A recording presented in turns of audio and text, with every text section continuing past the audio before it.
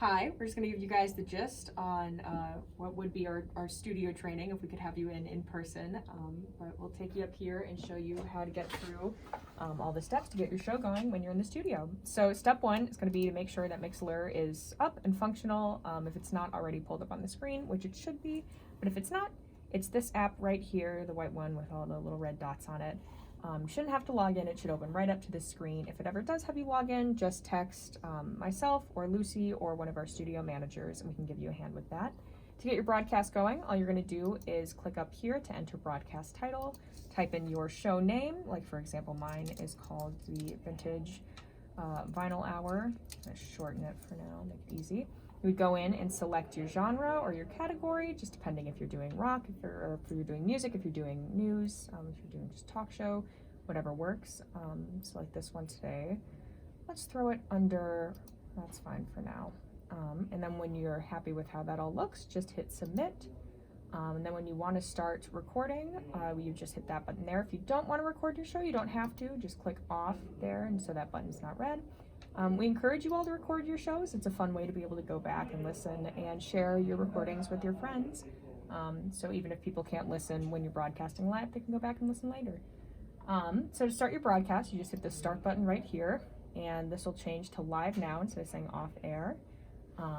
You've got a couple options in terms of how to broadcast. The first is you can always log in on the main computer to your Spotify.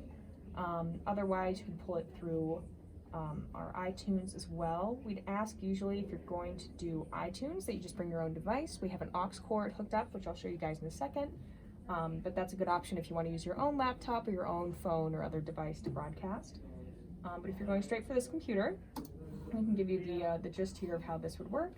And you would essentially just go into your playlist, you would hit play, and this is also how you would do your AirSafe, which I'll get into at the end. But you would go here and select whatever you want to play next, whether that's a song or a playlist, or if you're doing news or sports, whatever your clips are. And then I'll have you come right here to the audio board. I can show you how all this works. So we've got a couple big things to note here. The mics are all on the left side of the board, and all of the inputs for devices are on the right side of the board, and your master volume is all the way on the far right. So you can see here the button that is lit up is that green one there. So that is our studio computer. And so that's what we're broadcasting off of right now. So to get that to work, you just want to press the on button. So that's flashing green, or steady green, not flashing green. And then you would want to pull this up here, and you can hear that the music is playing. Now that you can monitor your sound through these levels right up here.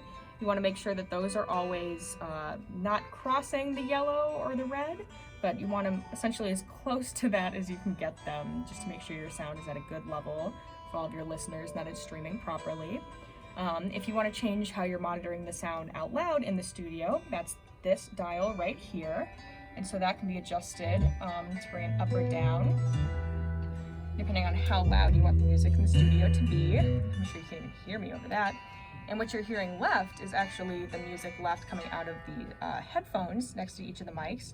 And those controls are right here. Headphones on the left side is the left dial.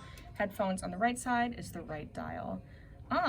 So that's how to do it from the computer. Now, same idea if you were to do this from an external device like an iPhone or a laptop.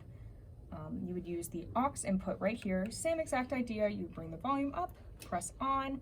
It'll go green when it's functional, and you would see a little green flash coming from signal, and that means that it is getting sound inputted.